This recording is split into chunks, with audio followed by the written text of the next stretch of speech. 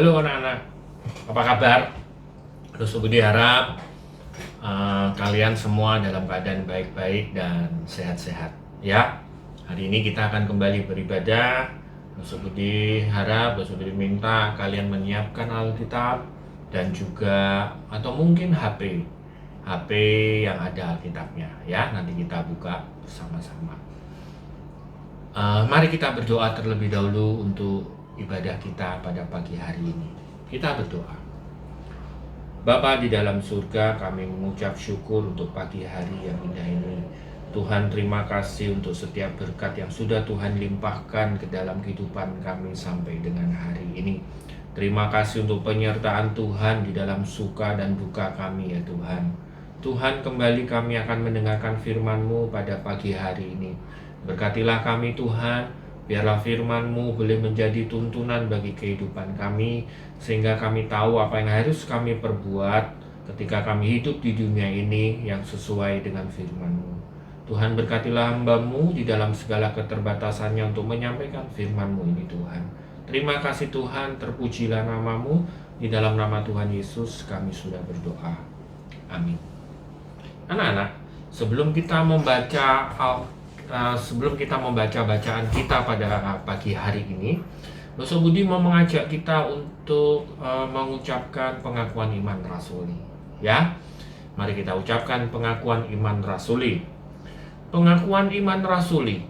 Aku percaya kepada Allah, Bapa yang Maha Kuasa, Khalik langit dan bumi, dan kepada Yesus Kristus, Anaknya yang tunggal Tuhan kita, yang dikandung dari Roh Kudus, lahir dari anak darah Maria, yang menderita sengsara di bawah pemerintahan Pontius Pilatus, disalibkan, mati dan dikuburkan, turun ke dalam kerajaan maut. Pada hari yang ketiga, bangkit pula dari antara orang mati, naik ke surga, duduk di sebelah kanan Allah, Bapa yang Maha Kuasa. Dan dari sana ia akan datang untuk menghakimi orang yang hidup dan yang mati. Aku percaya kepada Roh Kudus, gereja yang kudus dan am, persekutuan orang kudus, pengampunan dosa, kebangkitan orang mati, dan hidup yang kekal. Amin. Nah, anak-anak, mari kita buka Alkitab kita di dalam 2 Timotius 3 ayat 14 sampai dengan 16, lalu disambung dengan Kisah Para Rasul 16 ayat 1 sampai dengan 3. Atau dibalik dulu saja, Kisah Para Rasul dulu ya. Kisah Para Rasul 16 ayat 1 sampai dengan 3, lalu kemudian 2 Timotius 3 ayat 14 sampai 16. Mari kita buka Kisah Para Rasul.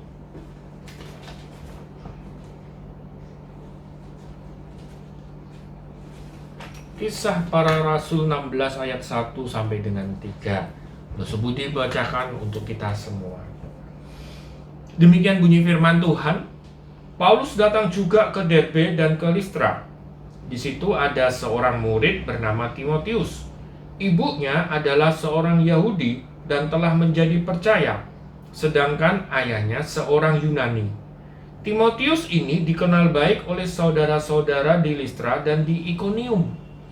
Dan Paulus mau supaya dia menyertainya dalam perjalanan. Paulus menyunatkan dia karena orang-orang Yahudi daerah itu. Sebab setiap orang tahu bahwa bapaknya adalah orang Yunani. Lalu kita sambung 2 Timotius 3 ayat 14 sampai 16. 2 Timotius 3 ayat 14 sampai 16, demikian bunyi firman Tuhan. Tetapi hendaklah engkau tetap berpegang pada kebenaran yang telah engkau terima dan engkau yakini, dengan selalu mengingat orang yang telah mengajarkannya kepadamu. Ingatlah juga bahwa dari kecil engkau sudah mengenal kitab suci yang dapat memberi hikmat kepadamu dan menuntun engkau kepada keselamatan oleh iman kepada Yesus Kristus. Segala tulisan yang diilhamkan Allah memang bermanfaat untuk mengajar, untuk menyatakan kesalahan, untuk memperbaiki kelakuan, dan untuk mendidik orang dalam kebenaran. Nah, sampai sedemikian jauh pembacaan firman Tuhan. Tema kita hari ini adalah Timotius. Loh, Sob Budi tanya, siapa di sini yang punya tokoh idola? Pasti sebagian besar dari kalian punya tokoh idola ya. Ada yang punya tokoh idola 1, ada tokoh idola 2, ada banyak ya. Apakah punya tokoh idola itu suatu yang wajar? Bagi lo Sob Budi, punya tokoh idola itu suatu hal yang wajar, anak-anak. Hanya mungkin begini, ketika kita mengidolakan seseorang, kita harus mengidolakan orang-orang yang bisa membawa kita ke arah yang lebih baik, ke arah yang positif. Kita tidak boleh sembarangan mengidolakan orang lain. Karena apa, anak-anak? Coba perhatikan, biasanya kalau kita mengidolakan seseorang, maka kita akan mengikuti gaya hidupnya, kita akan mengikuti segala tingkah lakunya. Nah, makanya sungguh berbahaya bagi kita, apalagi untuk anak remaja seperti kalian, jika salah mengidolakan seseorang. Jangan mengidolakan seseorang yang mempunyai hal-hal buruk yang tidak baik. Ya, karena itu akan sedikit banyak mempengaruhi hidup kalian. Carilah tokoh idola yang menginspirasi kalian, yang bisa membawa kehidupan kalian ke arah yang lebih baik. Nah, pagi hari ini Lo Sob Budi mengajak kita semua untuk mengidolakan Timotius. Ya, Timotius adalah salah seorang tokoh Alkitab Perjanjian Baru yang bagi Lo Sob Budi layak untuk menjadi idola kita semua, apalagi untuk kalian anak remaja. Apa sih istimewanya Timotius? Anak-anak, Timotius ini sedari kecil sudah dididik akan pemahaman kitab suci oleh ibunya. Nama ibunya adalah Eunike dan juga neneknya Louis. Ya, sama seperti kalian bukan? Dari kecil kalian sudah ke sekolah minggu, sekolah di sekolah Kristen, TK Kristen, SD Kristen, bahkan sekarang di SMP Kristen, bukan? Nah, Timotius ini sudah bertobat. Dan Timotius ini bertobat ketika bertemu dengan Rasul Paulus. Di dalam perjalanan misi Rasul Paulus yang kedua kali, Timotius ini sudah bertobat. Nah, Paulus melihat perkembangan Timotius ini sangat senang. Dia sangat senang dengan Timotius muda ini. Dia kenapa senang? Karena Timotius menurut Paulus, Timotius memiliki iman dan teladan yang sangat baik. Nah, oleh karena itu, sekarang mari kita teliti satu persatu apa yang bisa kita tiru dari Timotius ini. Ya, Lo Sob Budi tidak berpanjang lebar, tidak banyak-banyak. Lo Sob Budi hanya ambil beberapa poin saja. Yang pertama adalah setia. Ya, anak-anak, Timotius itu adalah seorang yang setia di dalam mendampingi Paulus di dalam penyebaran Injil Kristus. Sampai akhirnya, karena kesetiaannya itu yang di dalam mendampingi Paulus, pada akhirnya Timotius dapat mengabarkan Injil sendiri. Ya, di dalam cerita Korintus dan Filipi dan juga Roma, di sana dituliskan bahwa Timotius senantiasa bersama-sama dengan Paulus. Misalnya, Timotius bersama-sama dengan Paulus ketika Paulus menulis surat 2 Timotius. Timotius bersama-sama dengan Paulus ketika di dalam penjara dan mendampingi Paulus ketika menulis surat Filipi. Lalu ada juga Timotius bersama dengan Paulus di Korintus ketika Paulus menulis surat untuk jemaat di Roma. Banyak situasi dan kondisi di mana Timotius senantiasa mendampingi Paulus dengan setia. Nah, bagaimana dengan kita, anak-anak? Bagaimana tentang kesetiaan ini? Kita harus tetap setia kepada Tuhan.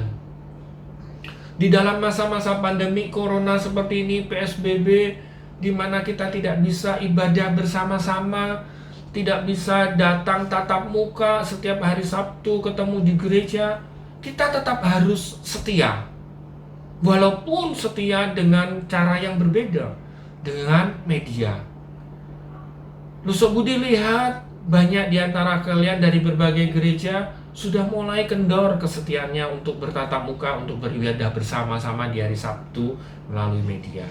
Nah, mulai hari ini anak-anak, kita teladani kesetiaan Timotius. Timotius setia di dalam pekerjaan Tuhan, yaitu mendampingi Paulus. Kita harus setia kepada Tuhan, untuk tetap setia juga beribadah kepada Tuhan. Dan juga terlebih daripada itu, kita setia akan pekerjaan Tuhan. Kalau kita betul-betul mengaku bahwa kita adalah anak-anak Tuhan, kita harus setia kepada pekerjaan Tuhan. Apa sih pekerjaan Tuhan itu? Anak-anak, pekerjaan Tuhan tidak melulu berbicara tentang penginjilan, tentang memberitakan kabar baik. Untuk anak remaja seusia kalian, memberitakan kabar baik, iya. Tapi yang lain ada juga, yaitu apa? Belajar dengan baik. Belajar dengan baik itu adalah pekerjaan yang diperintahkan Tuhan untuk setiap pelajar di dunia. Kalau kita bisa dijadikan seorang pelajar oleh Tuhan, itu karena anugerah. Banyak anak remaja yang tidak bisa bersekolah, padahal mereka punya keinginan untuk bersekolah. Oleh karena itu anak-anak, belajarlah dengan setia. Alkitab mengatakan, lakukanlah semua pekerjaan itu seperti untuk Tuhan. Belajarlah dengan sungguh-sungguh, karena itu untuk Tuhan. Bukan untuk kebanggaan diri, bukan untuk kebanggaan Bapak Ibu Guru, bukan untuk kebanggaan orang tua, tapi lakukan itu semua untuk Tuhan. Maka kalau kita melakukan itu semua untuk Tuhan, maka hasilnya pasti baik. Lalu yang kedua, apa yang kita bisa belajar dari Timotius? Yaitu yang kedua adalah dapat dipercaya. Timotius adalah orang yang dapat dipercaya oleh Paulus. Dia sering kali diutus Paulus untuk mewakili Paulus ke negara-negara, ke kota-kota yang lainnya. Kemanapun Paulus mengutus Timotius, Timotius tidak pernah membantah. Timotius melakukan tugas-tugasnya dengan baik. Nah anak-anak, ketika ada satu dan lain hal tugas yang harusnya dikerjakan oleh Paulus, namun Paulus tidak bisa pergi, Paulus tidak bisa menangani, maka Timotiuslah yang dipercaya oleh Paulus untuk diutus dan membereskan persoalan yang ada. Dan hasilnya semua baik dan lancar. Lalu bagaimana dengan kita? Apakah kita adalah anak-anak Tuhan yang dapat dipercaya? Anak-anak, kita tahu bersama bahwa di masa-masa belajar mengajar online ini banyak sekali godaan, bukan? Banyak sekali godaan untuk berbohong. Ya, betul tidak? Lusuk Budi bahkan sudah mendengar 1-2 orang sudah berbohong sama orang tuanya. Anak-anak, sekali kita berbohong, kita dan orang tahu kalau kita berbohong, maka kita akan sangat sulit untuk memperoleh kepercayaan kembali. Anak-anak, apakah kita tetap masih setia mengerjakan tugas yang diberikan Bapak Ibu Guru secara online? Apakah kita betul-betul mengerjakan tugas itu sendiri atau menyontek dari teman kita, teman yang lain? Anak-anak perhatikan, minta diajarin dengan minta jawaban itu berbeda. Lebih baik kamu minta diajarin bagaimana caranya untuk bisa mendapatkan hasil seperti itu, daripada kalian meminta langsung jawaban. Kalau meminta langsung jawaban, itu sama dengan menyontek anak-anak. Apakah kita masih bisa dipercaya oleh orang tua kita bahwa kita akan belajar kalau ada ulangan? Atau kita berbohong sama orang tua, tidak ada ulangan, Ma, tidak ada ulangan, Pak. Padahal besok akan ada ulangan online, anak-anak. Apakah kita bisa dipercaya? Apakah kita bisa dipercaya oleh Bapak Ibu guru ketika ada ujian online, ulangan online? Ataukah kita memanfaatkan keadaan yang ada, mumpung tidak ada yang melihat, mumpung di rumah, mumpung ada HP, lalu kita bertanya sama teman kita? Anak-anak, sekali lagi, kita harus bisa menjadi anak Tuhan yang dapat dipercaya. Kepercayaan dan kejujuran akan membawa kita kepada keberhasilan dan kesuksesan. Sekali kamu ketahuan tidak jujur, sekali kamu ketahuan tidak bisa dipercaya, ingatlah anak-anak, sangat susah untuk mendapatkan itu kembali. Mari kita teladani Timotius dalam hal dapat dipercaya. Lalu yang ketiga, yang terakhir, menjadi contoh atau teladan. Anak-anak, Paulus memerintahkan Timotius agar bisa menjadi teladan bagi semua orang. Perintah ini sangat populer bagi kita anak remaja dan ditulis di dalam ayat Alkitab di dalam 1 Timotius 4 ayat 12. Kita baca ya, sebelum dibacakan untuk kita semua. 1 Timotius 4 ayat yang ke-12. Demikian bunyi firman Tuhan. Janganlah seorang pun menganggap engkau rendah karena engkau muda. Jadilah teladan bagi orang-orang percaya dalam perkataanmu, dalam tingkah lakumu, dalam kasihmu, dalam kesetiaanmu, dan dalam kesucianmu. Loh, Sobudi yakin kalian sudah sering kali mendengar firman Tuhan ini, bukan? Jadilah teladan. Jangan seseorang menganggap engkau, aduh kamu masih muda, tahu apa. Jangan. Tapi ketika kamu masih muda, jadilah teladan. Dalam apa, anak-anak? Dalam kasih, dalam perkataan, dalam tingkah laku, dalam hal-hal apapun yang baik. Biarlah kamu bisa menjadi teladan bagi orang di sekelilingmu, bagi adikmu, bagi kakakmu, bagi orang tuamu, bagi pembantumu, bagi karyawan daripada orang tuamu, bagi losobudi, bagi bapak ibu guru. Kamu bisa menjadi teladan, anak-anak. Itu kerinduan Tuhan bagi kita. Apakah kita sudah menjadi teladan yang seperti itu? Atau apakah kita yang mengaku anak Tuhan ini, ya, yang mengaku anak Tuhan, mengaku orang Kristen, sudah sekolah di sekolah Kristen dari TK, SD, SMP, ya, sudah ikut sekolah minggu, ikut remaja, kebadaan, kita masih berbicara kotor? Coba pikirkan anak-anak, coba renungkan. Masihkah kita sering berkelahi dengan saudara kita di rumah? Adakah kita tidak mau berbagi dengan orang-orang di sekeliling kita yang sedang membutuhkan tentunya? Apakah kita masih suka mengejek? Apakah kita masih suka membuli orang-orang, teman-teman kita? Seperti yang Ibu Olivia sampaikan minggu lalu, bahwa orang kalau dibuli, orang diejek, permintaan maaf bisa dia terima, tapi lukanya di dalam hati itu susah dihilangkan. Perhatikan baik-baik. Jangan kamu mengejek, jangan kamu membuli, jangan kamu menghakimi orang lain. Ya, jangan lakukan hal-hal yang buruk. Kamu harus jadi teladan. Jangan sampai orang pada akhirnya begini, anak-anak. Orang di luar sana, orang yang belum percaya kepada Tuhan, yang belum percaya kepada Kristus, karena melihat tingkah lakumu akhirnya berkata seperti ini. Allah sama ji, kamu dengan saya tidak ada bedanya. Jangan sampai anak-anak, orang-orang di luar sana berkata seperti itu sama kamu. Kita beda. Kita anak Tuhan. Kita bisa menjadi teladan yang baik. Kita bisa menjadi contoh yang baik. Nah, itulah 3 hal